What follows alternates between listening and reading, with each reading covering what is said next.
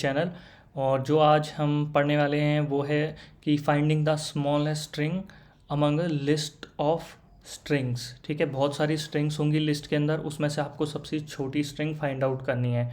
तो सबसे पहले हम देखेंगे कि ट्रेडिशनल या फिर नॉर्मल वे में आप कैसे कोड लिखोगे और स्मॉलेस्ट स्ट्रिंग फाइंड आउट करोगे। फिर उसके बाद मैं आपको एक वन लाइनर कोड बताऊंगा जिसके थ्रू आप सीधे स्मॉलेस्ट स्ट्रिंग निकाल सकते हो और इवन उसकी लेंथ भी उसके बाद निकाल सकते हो।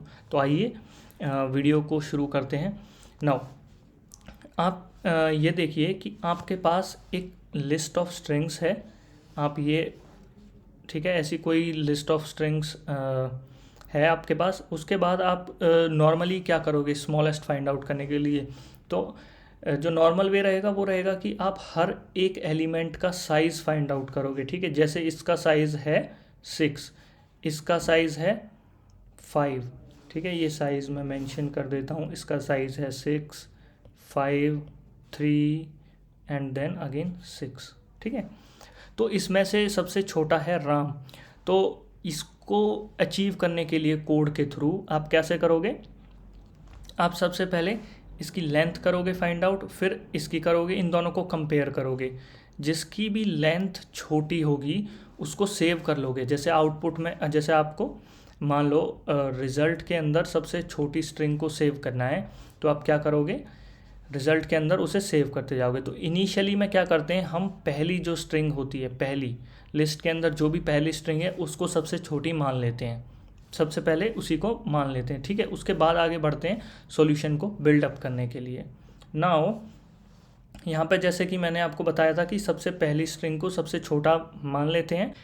सो हम जो लूप चलाएंगे वो चलाएंगे फॉर आई इन रेंज 1 से लेके, सो इधर 0 की जगह 1 कर देते हैं। तो मतलब लूप चलेगा इन एलिमेंट्स के लिए। ठीक है, सो ये मैंने सबसे शुरू में इसमें मैंने मान लिया, सपोज कर लिया कि ये सबसे स्मॉलेस्ट है और इसको सेव कर लिया। ठीक है, अब मुझे फाइंड आउट करना है कि अगर इससे कोई भी स्मॉलेस्ट आता है तो मैं इस वेरिएबल के अंदर इसको हटा के स्मॉलेस्ट वाले को डाल दूं। मेरे को इस तरीके से ये लूप के अंदर लॉजिक डालना है। तो अगर लूप चल रहा है फॉर आई इन रेंज 1 से लेके लेंथ ऑफ इस तक, तो हम सबसे पहले ये चेक करेंगे क्या जो मैंने रिजल्ट में सेव किया है, रिजल्ट में सेव किया मैंने आशीष को, क्या आशीष की लेंथ जो भी एलिमेंट है, STRI का मतलब क्या है, ज्योति, फिलहाल पहले इटरेशन में, तो क्या ये एलिमेंट इससे छोटा है या नहीं है। अगर छोटा है तो देखो length is less than result, than result के अंदर ये वाली छोटी स्ट्रिंग को सेव कर दो, बस दैट्स इट, यही करना है आपको। तो होगा क्या, पहले इटरेशन में, मतलब जो इटरेशन 1 होगी ना, उसमें ये जो RES के अंदर पहले आशीष था ना, तो अब क्या होगा, अब ज्योति आ जाएगा। ठीक है, फिर जब ज्योति को राम से कंपैरिजन करेंगे देन RES के अंदर ये राम चला जाएगा RES के अंदर। ठीक है, जब राम को श्याम से कंपैरिजन किया, राम का साइज 3 था, श्याम का 6 था, तो राम एज इट इज़ रहा, क्योंकि ये कंडीशन फेल हो जाएगी। लेंथ ऑफ RES क्या है, लेंथ ऑफ RES है 3 इज ग्रेटर देन 6। क्या 3 6 से ग्रेटर होता है, नहीं होता, तो ये कंडीशन नहीं होगी। तो इस तरीके से आप फाइंड आउट करोगे स्मॉलेस्ट स्ट्रिंग को। एक स्ट्रिंग को एज्यूम कर लोगे स्मॉलेस्ट है, बाकी सबसे कंपेयर करोगे, अगर कहीं भी स्मॉलेस्ट होती है तो रिजल्ट के अंदर उस स्मॉलेस्ट स्ट्रिंग को डाल दोगे। तो ये था आपका लॉजिक। नाउ इसको वन लाइनर में कैसे अचीव करना है वो मैं आपको दिखाता हूँ नेक्स्ट पेज पे। ठीक है, तो आपने पढ़ा होगा रिड्यूस फंक्शन कभी ना कभी पाइथन में, नहीं पढ़ा है तो मैं डिस्क्रिप्शन में लिंक डाल देता हूँ। मेरा एक वीडियो है जहाँ मैंने अच्छे से एक्सप्लेन किया है रिड्यूस का फंक्शन का यूसेज। ठीक है, तो रिड्यूस फंक्शन का हम यूज़ करते हैं। रिड्यूस फंक्शन का बेसिकली क्या है कि बहुत सारे एक लिस्ट ऑफ एलिमेंट्स पे काम करता है, उनको एक फाइनल रिजल्ट में रिड्यूस करने के लिए सभी एलिमेंट्स पे वो कोई ऑपरेशन परफॉर्म करेगा जिससे कि आपको एक फाइनल रिजल्ट मिलेगा। तो मैंने ये फंक टूल्स मॉड्यूल के अंदर होता है, तो मैंने इसको इंपोर्ट कर लिया है। उसके बाद फंक टूल डॉट रिड्यूस लगाऊंगा। इसकी रिक्वायरमेंट होती है एक हेल्पर फंक्शन जो कि डिसाइड करने में आपको मदद करेगा कि उसको ऑपरेशन परफॉर्म क्या करना है।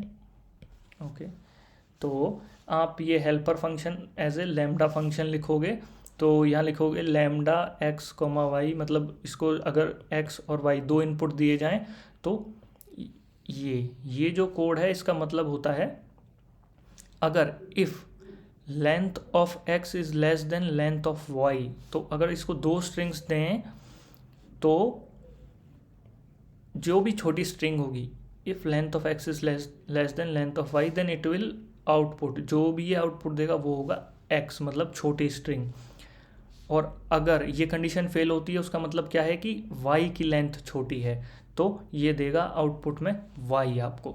तो रिड्यूस फंक्शन क्या है कि इस तरीके से फंक्शन परफॉर्म कर करके आपको एट द एंड में जो भी स्मॉलेस्ट होगी ना वो स्मॉलेस्ट स्ट्रिंग को आउटपुट में दे देगा। तो इस तरीके से हम वन लाइन में इस कोड को फिनिश कर सकते हैं। तो आइए मैं आपको VS कोड के अंदर भी इस कोड को एडिट करके वो बना के दिखा देता हूँ, जिससे कि आपको बेटर अंडरस्टैंड होएगा। सो यहाँ पे आप अपनी स्क्रीन पे जो देख रहे हो वो मैंने रिड्यूस फंक्शन का यूज़ करके इस प्रॉब्लम को सॉल्व करने की कोशिश करी है। सो बेसिकली हमने इनपुट में एक लिस्ट ऑफ स्ट्रिंग्स ले लिया था और उसके बाद रिड्यूस फंक्शन का यूज़ करने की कोशिश करी एज इट इज़ जो मैंने आपको नोट्स में बताया था। तो हमने लैम्डा फंक्शन का यूज़ किया है जिसमें कि दो इनपुट हैं एक्स और वाई, और हम जब भी x की लेंथ छोटी होती है तो हम x को आउटपुट में देते हैं, और जब भी y की लेंथ छोटी होती है मतलब ये कंडीशन फॉल्स हो जाएगी।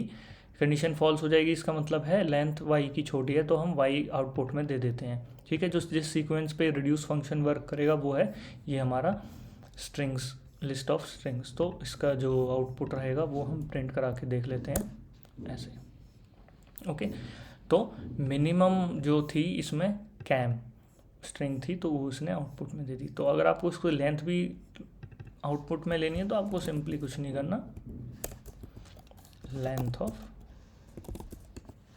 Are, that's it. ठीक है, इजी।